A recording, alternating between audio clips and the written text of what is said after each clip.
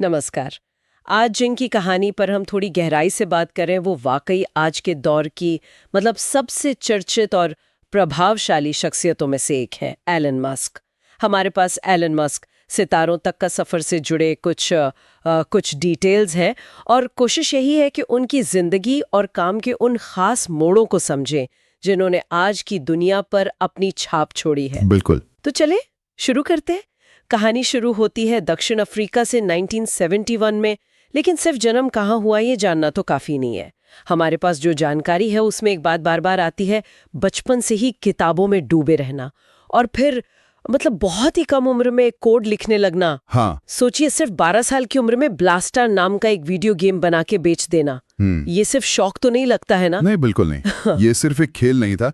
ऐसा लगता है कि ये शायद उनके अंदर जो एक जुनून था और बिजनेस की समझ, उसकी पहली झलक थी।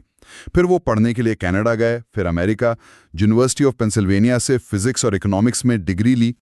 लेकिन स्टैनफोर्ड में पीएचडी शुरू करके सिर्फ 2 दिन में छोड़ देना, ये फैसला तो काफी बड़ा लगता है। हाँ, और यहीं से उनका रास्ता जैसे बिल्कुल बदल गया। इंटरनेट क्रांति की आहट सुनी और एकेडमिक्स को छोड़ दिया।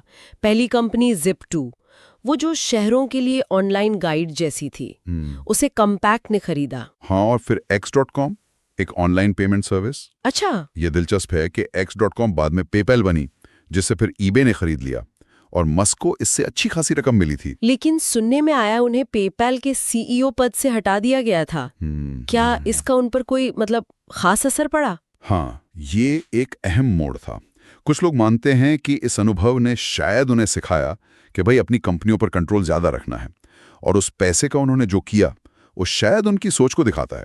उन्होंने उस कमाई का बड़ा हिस्सा उन वेंचर्स में लगा दिया जिन्हें उस समय बहुत ही ज्यादा जोखिम भरा माना जा रहा था। जैसे कि SpaceX 2002 में शुरू की। हाँ, SpaceX। मंगल पर इंसानी बस्ती बसाने का लक्ष्य, ये सुनने में ही किसी साइंस फिक्शन फिल्म जैसा लगता है। बिल्कुल, और शुरू के 3 रॉकेट लॉन्च तो फेल हो गए थे।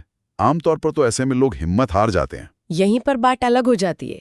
हमारे पास जो जानकारी है उसके मुताबिक उन फेलियर्स के बाद उन्होंने सिर्फ चलो फिर से कोशिश करते नहीं कहा, बल्कि वो पूरी इंजीनियरिंग टीम के साथ बैठे, प्रॉब्लम की जड़ तक गए और डिजाइन को फंडामेंटली बदलने पर जोर दिया। अच्छा। वो खुद रॉकेट साइंस की किताबें पढ़ रहे थे। ये दिखाता है कि उनका अप्रोच सिर्फ पैसा लगाना नहीं है, बल्कि वो प्रॉब्लम को गहराई से समझना चाहते हैं। और देखिए, आज SpaceX नासा के लिए भी लॉन्च करती है। हाँ, सही बात है। और फिर 2004 में टेस्ला से जुड़ना, इलेक्ट्रिक कारों को जो एक बोरिंग और धीमी इमेज थी उससे निकालकर उन्हें एकदम डिजायरेबल बना दिया।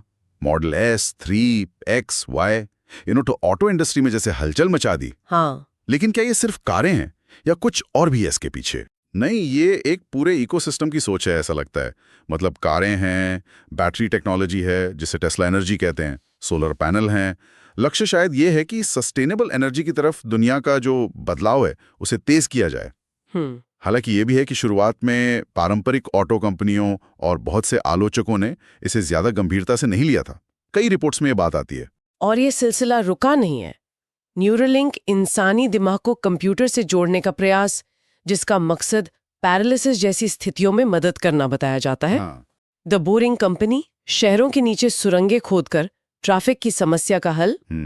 फिर XAI यानी X आर्टिफिशियल इंटेलिजेंस, जिसका चैटबॉट ग्रॉक आजकल काफी चर्चा में है। हाँ, ग्रॉक। और सबसे ज्यादा शायद जिस पर बहस हुई वो ट्विटर का अधिग्रहण, जिसे अब X कहा जाता है। X को लेकर तो उनकी महत्वाकांक्षा बहुत बड़ी लगती है। इसे एक एवरीथिंग ऐप बनाना, जहां सोशल मीडिया भी हो, पेमेंट भी हो, शायद AI सर्विसेज भी हो, सब एक जगह। इस सौदे पर और उसके बाद जो फैसले लिए गए, जैसे कंटेंट मॉडरेशन पॉलिसी बदलना या बड़े पैमाने पर कर्मचारियों को निकालना, इनकी काफी आलोचना भी हुई है। मीडिया में यह सब काफी कवर हुआ है। आज उनकी संपत्ति तो खरबों में है, लेकिन जाहिर है कहानी सिर्फ पैसों की नहीं है। रोज 12-14 घंटे काम करना, एक साथ इतनी अलग अलग तरह की कंपनियों को संभालना, ये तो असाधारण लगता है। बिल्कुल। लेकिन उनके ट्वीट से शेयर बाजारों में उतार चढ़ाव आ जाता है। AI के भविष्य या राजनीतिक मुद्दों पर उनके जो बयान होते हैं वो अक्सर बहस छेड़ देते हैं। इस बात पर काफी अलग अलग राय मिलती है कि उनका जो प्रभाव है वो कुल मिलाकर पॉजिटिव है या नेगेटिव। यहीं पर उनकी कहानी थोड़ी पेचीदा हो जाती है। एक तरफ तो जोखिम लेने की हिम्मत है, अपनी पूरी पिछली कमाई दांव कर लगा देना। दूसरी तरफ एक साफ विजन दिखता है, चाहे वो मंगल हो या सस्टेनेबल एनर्जी। लगातार सीखने की क्षमता और फेलियर से उभर कर वापसी करना भी अहम है। लेकिन साथ ही उनके फैसलों और बयानों से जुड़े जो विवाद हैं, वो भी कहानी का हिस्सा हैं। उन्हें नजरअंदाज नहीं किया जा सकता। तो कुल मिलाकर एलन मस्क सिर्फ एक अमीर उद्यमी नहीं है।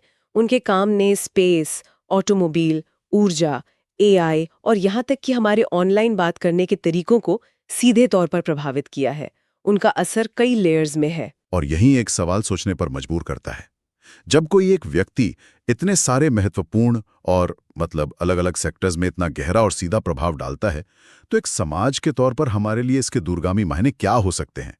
ये एक सोचने वाली बात।